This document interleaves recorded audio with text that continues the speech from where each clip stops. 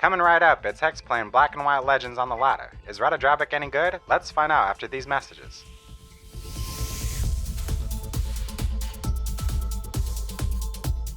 So the main purpose of this deck is to eke out as much value from our creatures as possible, either when they ETB, when they die, or when they just trigger.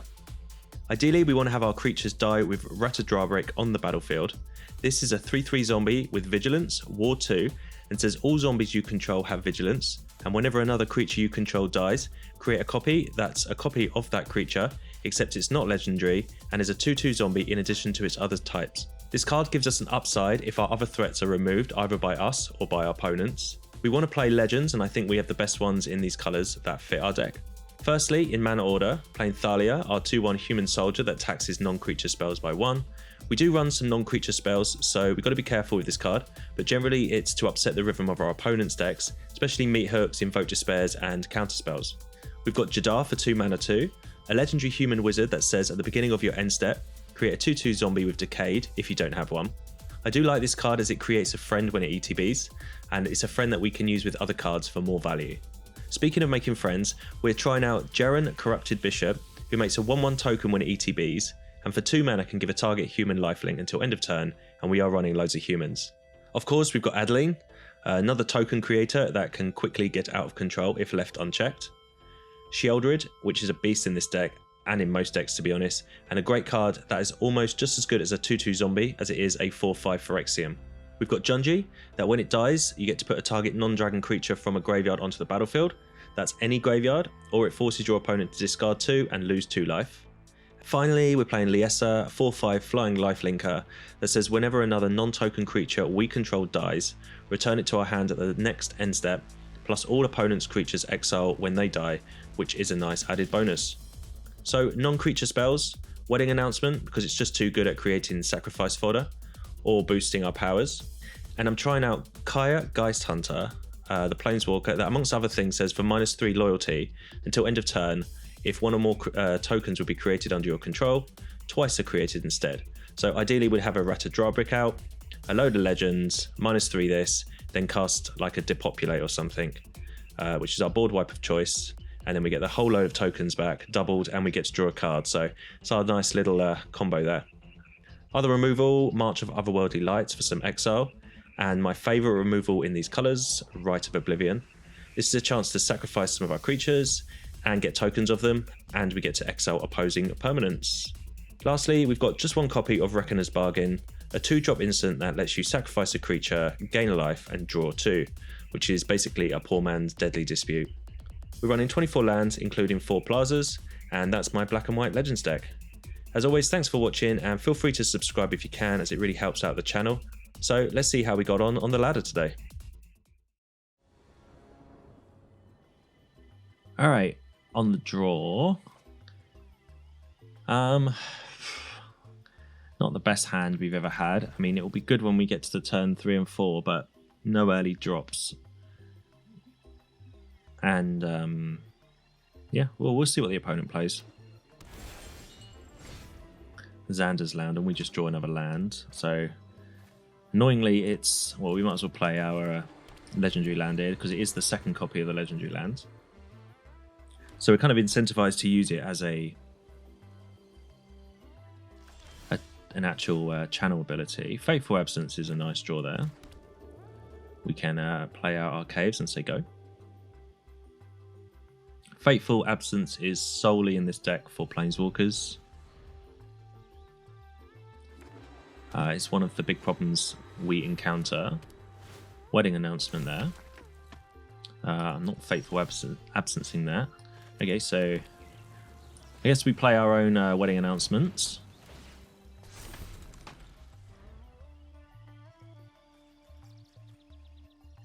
And yeah, let's see what this goes like.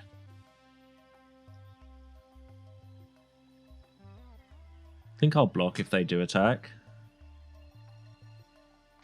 Yeah.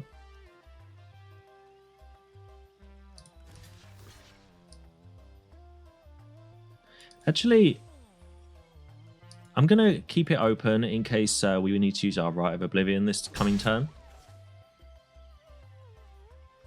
But if they deal with my 1/1 here, then they've got the big advantage on the board, I think.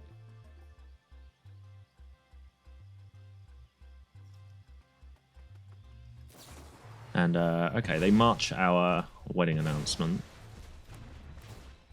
Very aggressive. Alright, we draw another land. I think we'll just play out our wedding announcement here. And not attacking. See if they have another march.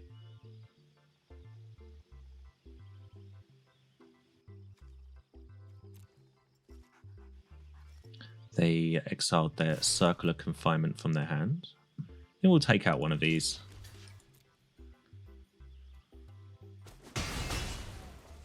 Don't need 2 on the board.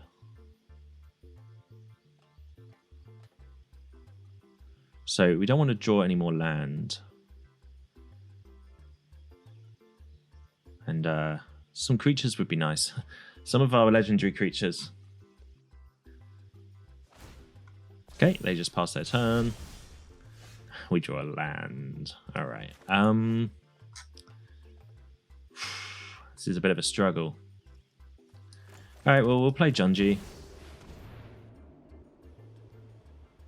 We need to play our creatures. I mean, it's a little bit vulnerable here. Yeah, binding. Sure. I mean, if they were going to play that anyway, I don't really care if they want to play it on Junji. All we've drawn is land since the opening, except for this Fateful Absence. Yeah, no blocks. We need to keep our 1/1 so we can get rid of this binding. Circular Confinement, sure.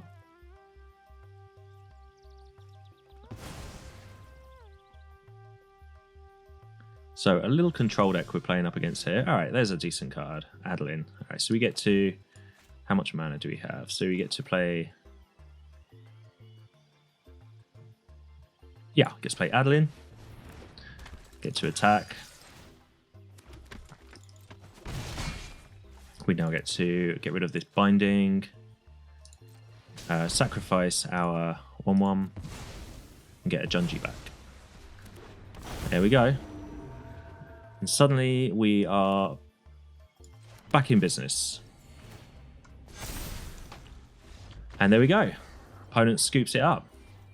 So, yeah, the Rite of Oblivion, as opposed to an Infernal Grasp, really came through there. All right, we get to go first with a very optimistic looking hand here. Probably can't keep this. I would love to be able to, but yeah, we'll keep this one. I'm just going to get rid of March here. We'll try and get as aggressive as we possibly can instead.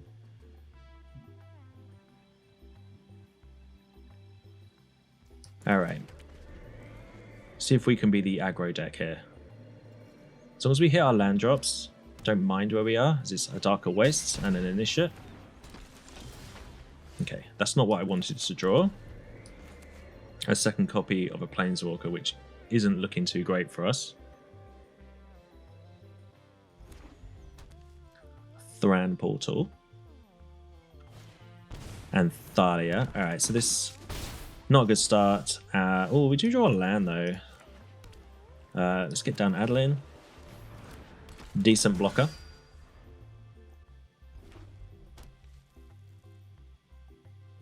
Okay, so they're Bant, it seems. And Shana.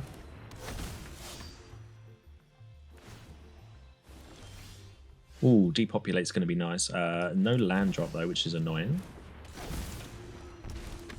I'll attack with Adeline. Does give them 3 extra life, but it should block with Shana here. Yeah.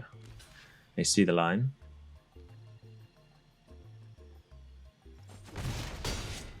So they go down to 11 and back up to 14.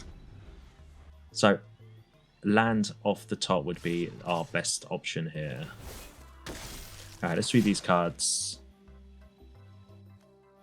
Surely this is just a straightforward double block. I guess they could have a Eiganjo.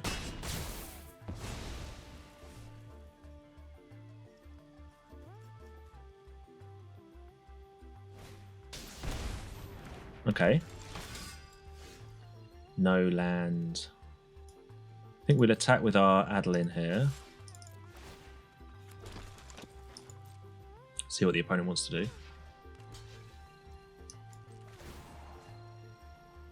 Give our Adeline lifelink. Go back up to 21.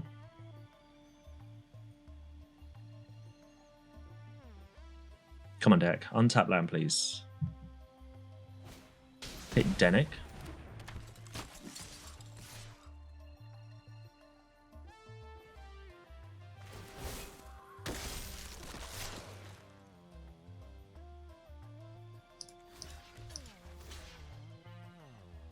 Block like, actually we can block like that and like that.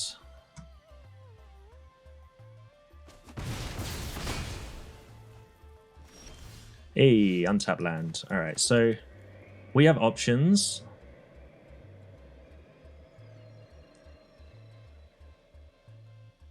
I think Sheoldred's probably the best option right here.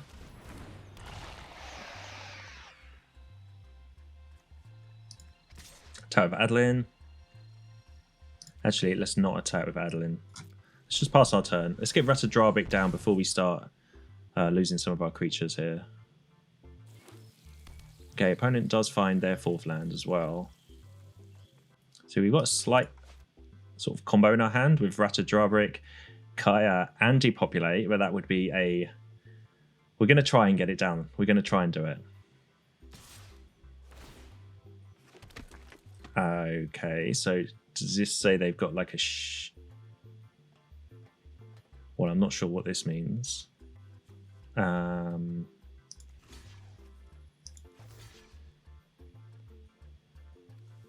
Guess they can just play this from their graveyard, can they?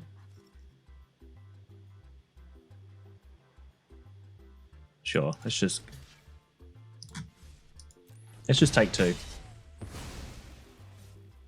Not worth getting too making too many errors right now. Keep Denick on the battlefield. Okay, it's another Denick. Okay, land. So it's a nice land. We gain a life. We get to play Ratadrabik here. We get to attack with our Adeline and Sheoldred.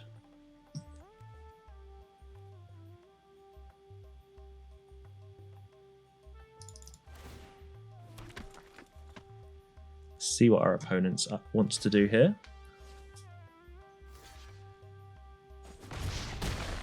All right, they're going down to... They're going to die. Oh no, they gain 2 life back from the Denick.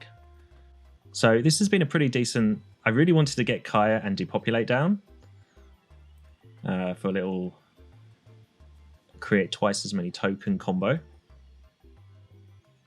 But opponent needs to deal with Sheoldred and Ratadrabik here.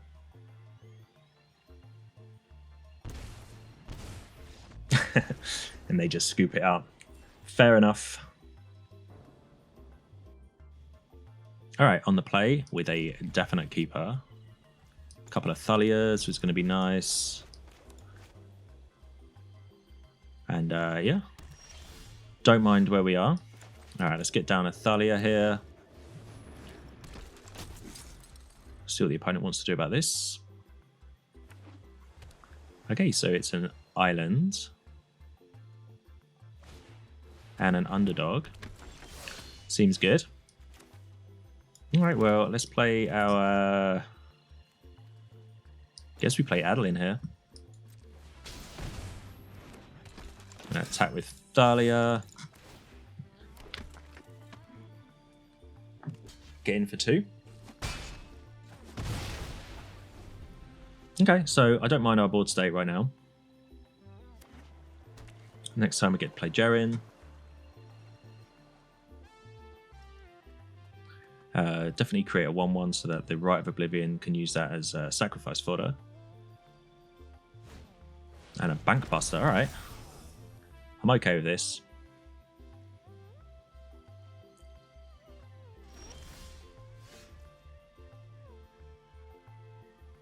Interesting that we've got the Eiganjo here. If we attack with everyone, we get to probably kill the Bankbuster. For just 1 mana. They aren't going to see that coming, are they?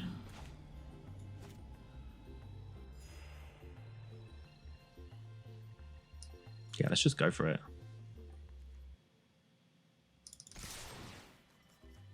If they don't block with the Bankbuster, then we'll play Jerren. Actually, we'll Rite of Oblivion the Bankbuster with the 1/1. Let's see what they do. They've got to know we've got a Eiganjo in our hand. So if we'd played... Yeah.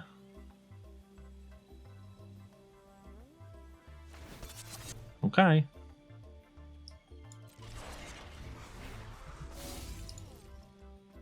So they are going to attempt to unblock. Oh, Thalia, okay. So we'll discard this, hit the Bankbuster. And yes, they go. So their card draw engine is gone. And the 1/1's so important with our Rite of Oblivion in our hand. I wonder if this is just a purely Dimir deck. Okay, another underdog. Difficult cards to get through these things. Like Eiganjo. Okay, so I think we'll start off by straight up exiling one of these underdogs.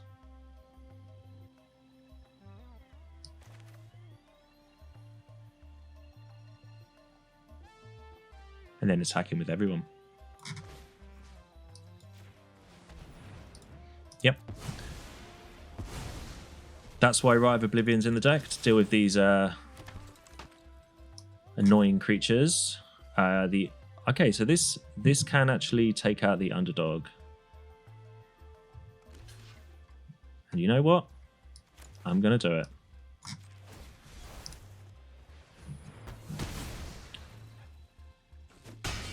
We're going to get as much aggression down as possible, whilst the opponent is only playing underdogs. And they scoop it up. All right, nice win there. All right, on the play, with a okay hand, let's play our Scoured Barrens on turn 1, gain a life. Jadar on turn 2. And hopefully we just hit our land drops. Because if we hit our land drops, I like where we are. Okay, that is not a land drop. Oh, that is not a land. That's the one. Opponent with the plains. All right, come on. We need a untapped mana source. Okay, Bankbuster. There it is. And right on curve, we'll play Adeline. Attack our opponent here. Down to 16.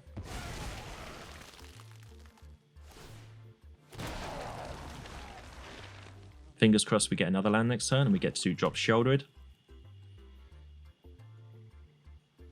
And they scoop it up on turn 3. A very aggressive start there by us.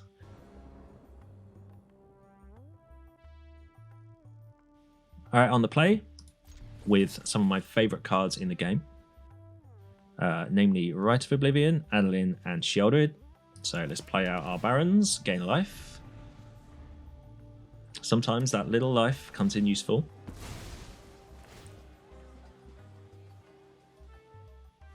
Alright, Cabaretti Courtyard, and we get a Plaza of Heroes. So let's not show them what we're up to. Let's play out our plains.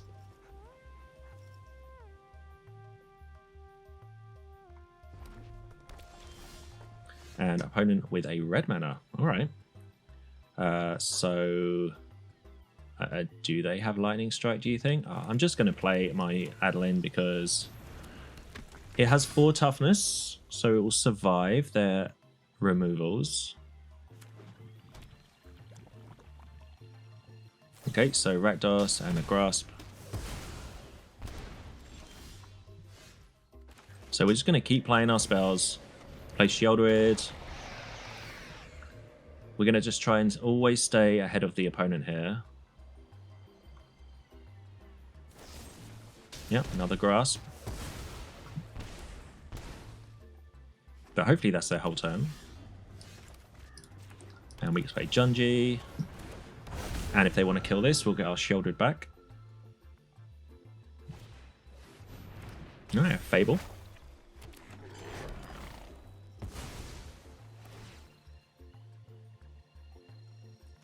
Opponent gains a life. Oh, Kaya's nice as well. Well, actually, it's not that great in this particular instance. I'm thinking of playing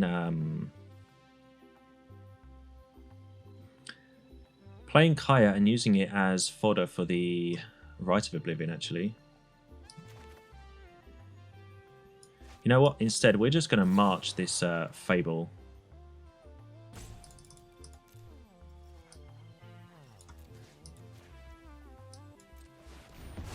We're going to use Rite of Oblivion to bring back Sheoldred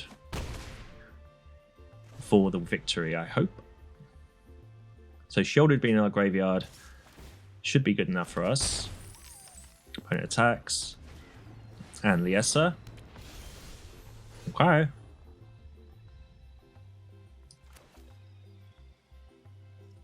So this time I'm going to play Kaya. We're going to kill the Liesa. Attack the opponent down to 4. And yeah. See how they get out of this. Overseer, alright, they gain a life. So they're still dead on board. And yeah, they scoop it up. Well, that was fun. I got to play some interesting games.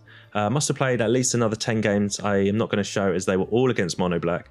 And although the deck isn't particularly good or bad against it, I just couldn't bring myself to following the same play pattern over and over and over. No qualms in people playing the deck. It's just a lot for making a video. But anyway, thanks for watching and I'll see you again soon.